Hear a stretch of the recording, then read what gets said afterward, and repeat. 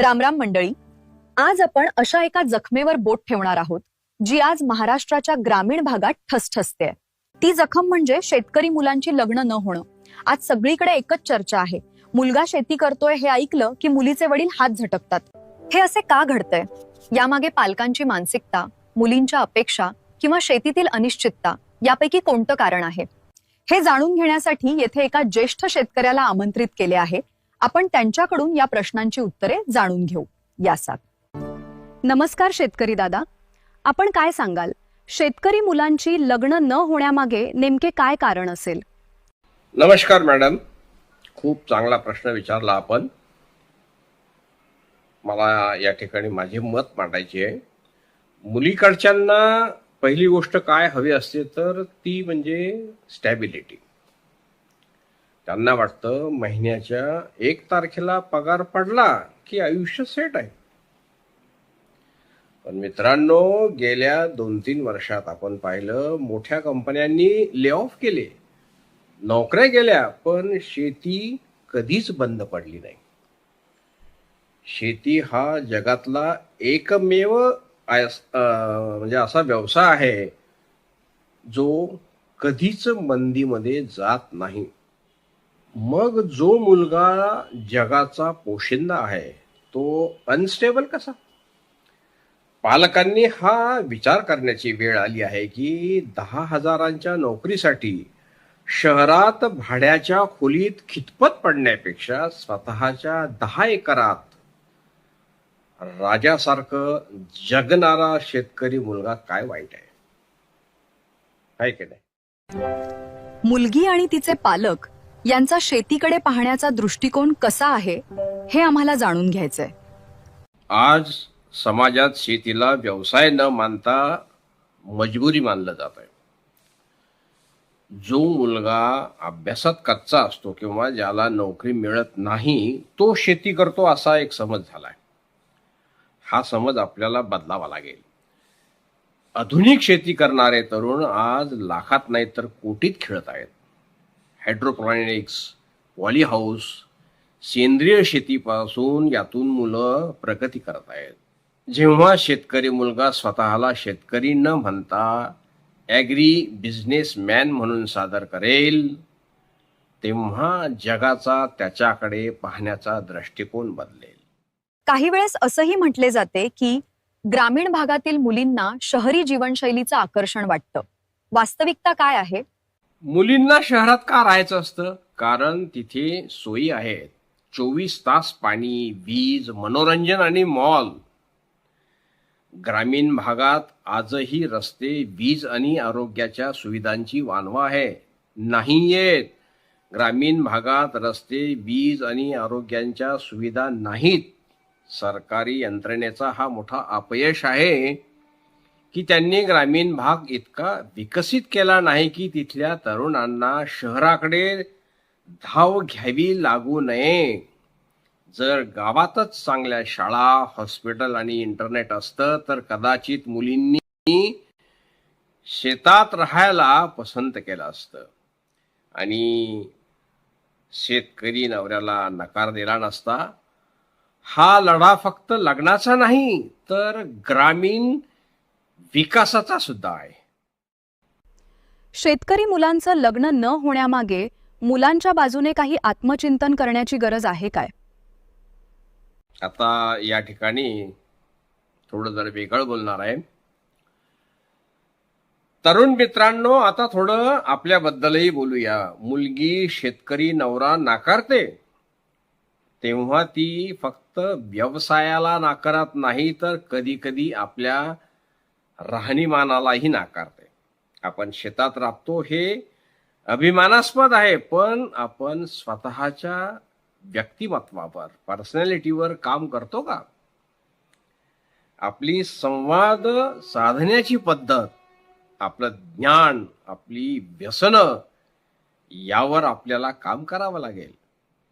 शेती करा पण जगासोबत अपडेट राहा. जर तुम्ही प्रगत विचारांचे असाल तर कोणतीही मुलगी तुमच्या सोबत संसार करायला आनंदाने तयार होईल. असंही बोललं जाते की शेतकरी आपल्या मुलीसाठी नोकरीवालाच मुलगा शोधतात. हे खरे आहे का? आणखी एक छान मुद्दा मला या ठिकाणी मांडायचा आहे. हा मुद्दा म्हणजे प्रत्येक शेतकऱ्यांनी या मुद्द्यावर विचार करायला पाहिजे. या विषयातील सर्वात मर्मभेदी आणि कळीचा मुद्दा आहे हा. समाजातला दांभिकपणा उघड करण्यासाठी हा मुद्दा मांडणे मला अत्यंत या ठिकाणी आवश्यक वाटते.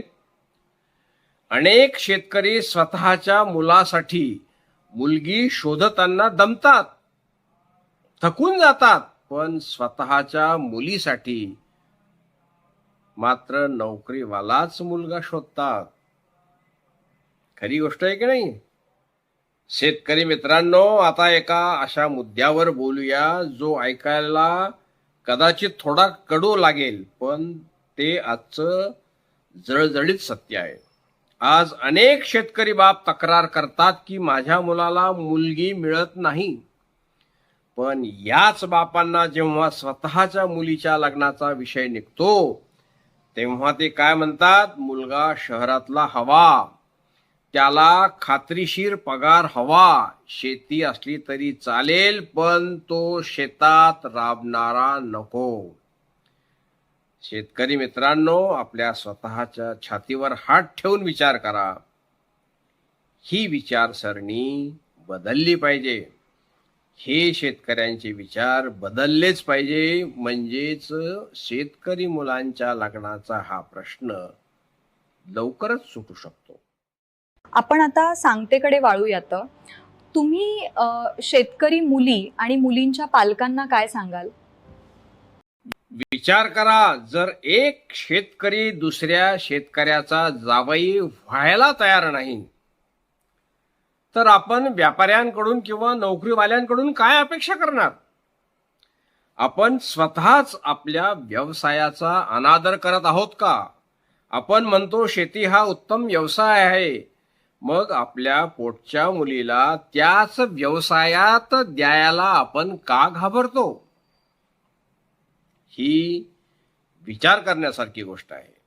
मी सुद्धा एक शेतकरी आहे, वयस्कर व्यक्ती आहे. माझे कोणीही लग्नाचे राहिले नाही, परंतु प्रत्येक शेतकऱ्याने ही आपली मानसिकता बदलायला पाहिजे. आपली मानसिकता ही काय दर्शवते? अविश्वास दर्शवते का? याचा अर्थ असा की शेतकऱ्याचा स्वतःच्याच व्यवसायावर व व्यवस्थेवर विश्वास उरलेला नाही. किंवा मुलासाठी नवरी शोधताना शेतकरी राजा म्हणायचं आणि मुलीसाठी नवरा शोधताना मात्र पगारदार राजा शोधायचा. हा दुटप्पीपणा समाजाला घातक ठरतोय, लक्षात असू द्या. जर आपणच आपल्या शेतकरी बांधवांच्या कष्टाची किंमत करणार नसू तर जगाने ती करावी अशी अपेक्षा ठेवणे चुकीचे आहे का नाही?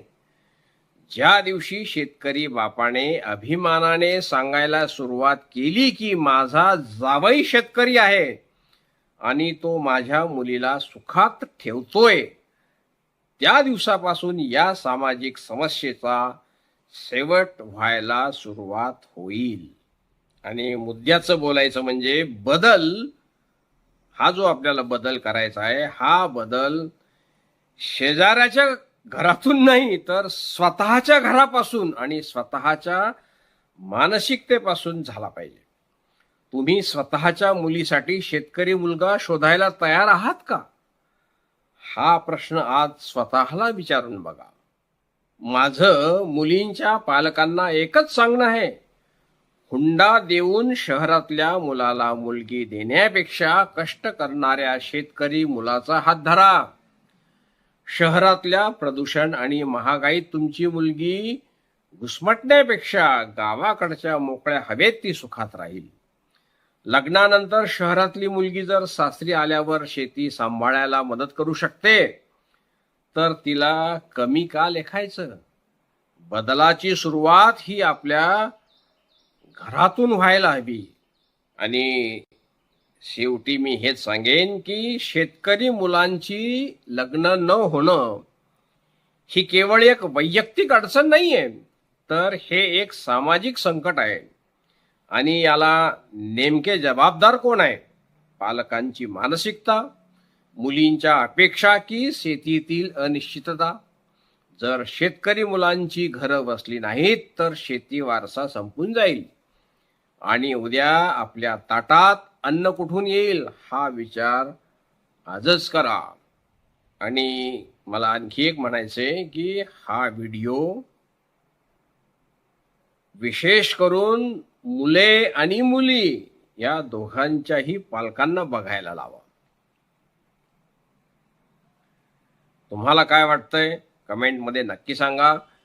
पुन्हा भेटूया असाच एक जळजळीत ठसठशीत प्रश्नाने घेऊन. तोपर्यंत जय जवान जय किसान. धन्यवाद. धन्यवाद रमेश दादा. काही अंशी का होईना लग्नाचा हा प्रश्न सुटू शकतो. पुन्हा एकदा आपले आभारी आहे. धन्यवाद.